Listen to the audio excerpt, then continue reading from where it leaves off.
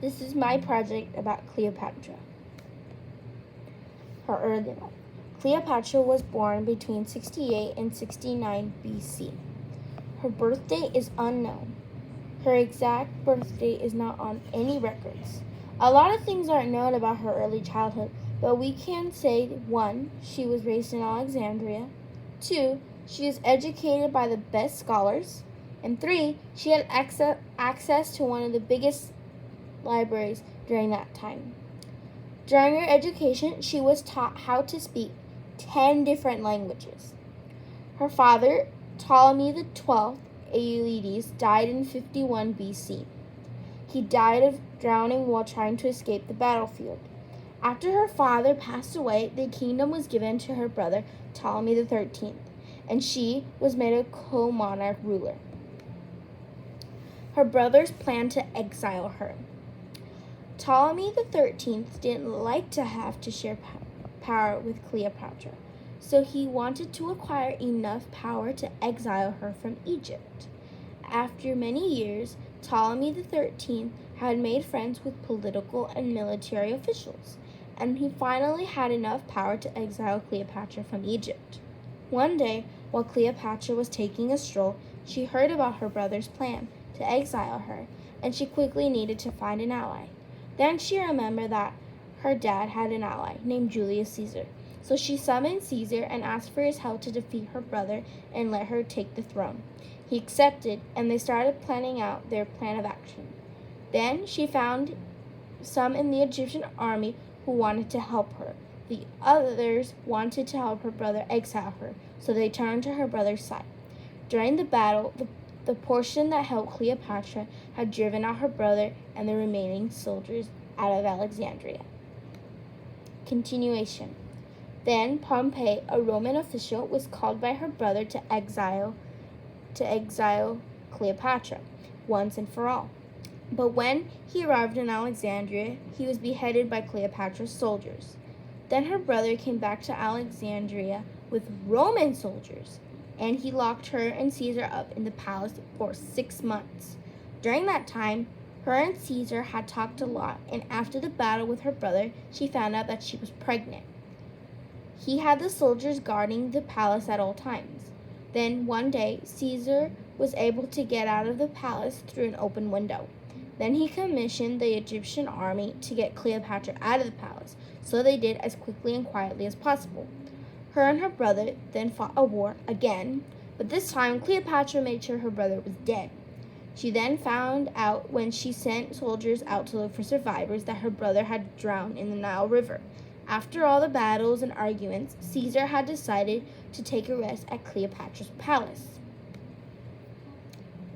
Her son in her ruling years.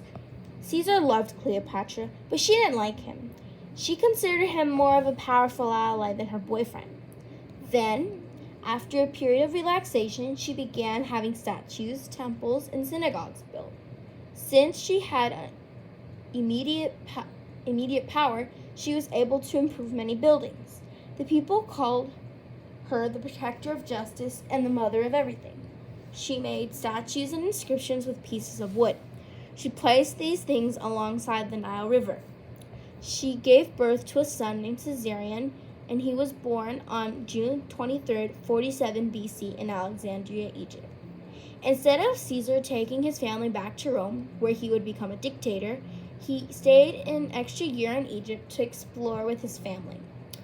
Then he took his family to Rome. His son Caesarion wouldn't inherit much Rome territory, but he would be named a pharaoh of Egypt later on. Cleopatra decided to leave Rome and go back to Egypt to rule the people. Now, she was the queen of Egypt. Her father went bankrupt because he was taking bribes from Romans. Her father had taken one last bribe before he died and used some of the money and had some of the money left over.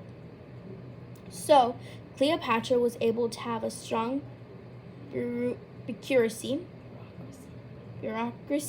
and have a smooth running economy with the leftover money.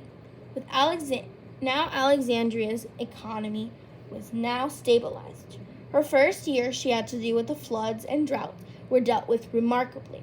Her ancestors were known for their rugged reputation and their party animal lifestyle. She didn't want to be remembered like this. So, she actually cared for her people and helped them during times of need. Then, she returned to Rome in the late part of 43 BC. Then, on March 15th, 44 BC, Julius Caesar was assassinated by a group of senators. Cleopatra decided to go back to Egypt a few days after Caesar's assassination. Then Antonius was the new ruler, and he wanted to be with Cleopatra. Caesar was planning to avenge the Parthians' assassins, but due to his death, he was unable to. Antonius was now a powerful ruler, so he decided to marry Cleopatra. She then had 3 kids by him. Continuation. Then Antonius was able to give Cleopatra more territory to rule. He gave her Asian territory and was given an island named Cyprus. In 37 BC, Cleopatra had all she wanted, and she was now ready to conquer the Parthians the very next year. She had become empress and owned all the Europe area.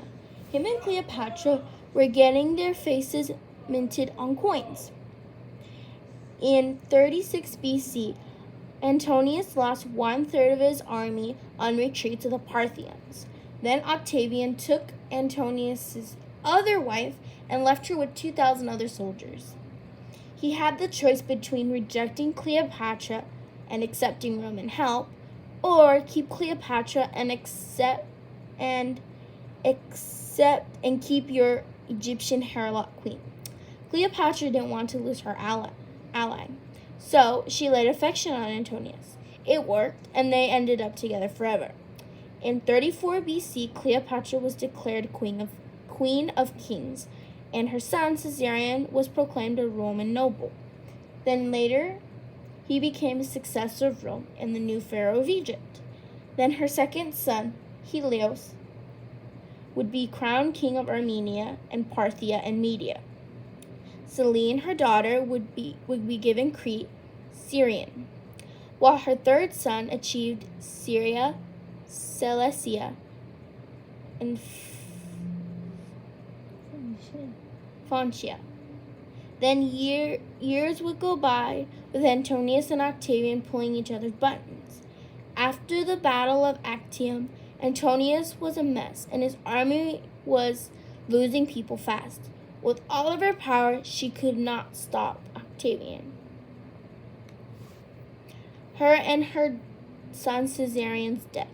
Later, she couldn't take it anymore, and she committed suicide by letting a viper bite her and her son Caesarion, and they both died in Egypt. Then Antonius found out, and he stabbed himself, and they were later put in a tomb together and buried in Alexandria, Egypt, and their bodies have never been found to this day. She and her son both died on August 30th BC.